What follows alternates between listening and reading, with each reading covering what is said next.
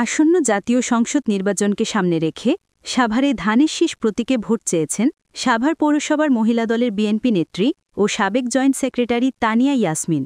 সাভার থেকে খায়রুল ইসলামের তথ্যচিত্রে দেখুন বিস্তারিত।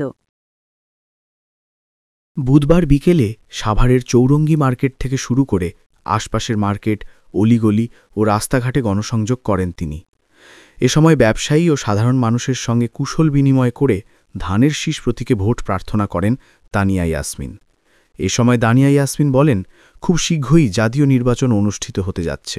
শহীদ রাষ্ট্রপতি জিয়াউর রহমানের আদর্শে বিএনপি চেয়ারপারসন বেগম খালেদা জিয়া ও ভারপ্রাপ্ত চেয়ারম্যান তারেক রহমানের নির্দেশনায় আমরা মানুষের দ্বারে দ্বারে যাচ্ছি, ধানের শীষ প্রতীকের পক্ষে ভোট চাইছি। তিনি আরও বলেন, তারেক রহমান রাষ্ট্র মেরামতের জন্য ৩১ দফা কর্মসূচি ঘোষণা করেছেন। মহিলা দল সেই কর্মসূচি ঘরে ঘরে পৌঁছে দিচ্ছে, জনগণকে বোঝাচ্ছে আগামী দিনে বিএনপি ক্ষমতায় এলে দেশের প্রকৃত পরিবর্তন ঘটবে। দিনের ভোট দিনে হবে, মানুষ তার ভোটাধিকার প্রয়োগ করতে পারবে, আর ধানের শীষই হবে বিজয়ের প্রতীক। প্রচারণাকালে উপস্থিত ছিলেন সাভার পৌরসভার মহিলা দলের নেত্রী নাজনীন আক্তার নাজু, পারভিন আমানসহ অন্যান্য নেতৃবৃন্দ।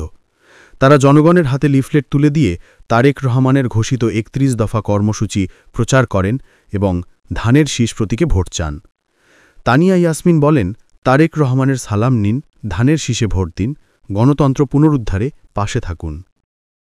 আজকে আমরা সাভার পৌরসভা মহিলা দলের পক্ষ থেকে জনাব তারেক রহমান, আমাদের ভারপ্রাপ্ত চেয়ারম্যান, তার নির্দেশনায় তো আমরা কাজ করছি। কাজ হচ্ছে আমাদের এই ৩১ দফা, তারেক রহমানের যে ৩১ দফা, এই ৩১ দফার লিফলেট বিলি, এবং আমরা জনগণের কাছে জনগণের আস্থা ভালোবাসা নিয়ে যাতে সামনে আমাদের সরকার আসে এবং আমাদের সরকার আমাদের যেমন ধানের শীষকে সবাই ভোট দেয়, সেভাবে আমরা সবার সাথেই কথা বলছি। তো আমাদের নেতা জনাব তারেক রহমান বলেছেন যে জনগণের কাছে যেতে এবং তাদের ঘরে ঘরে গিয়ে ভোট চাইতে। তো আমরা এই জন্যই প্রত্যেকটা জায়গাতেই তারেক রহমানের যে ৩১ দফা রয়েছেন, সেই ৩১ দফা আমরা সবাইকে জানাচ্ছি।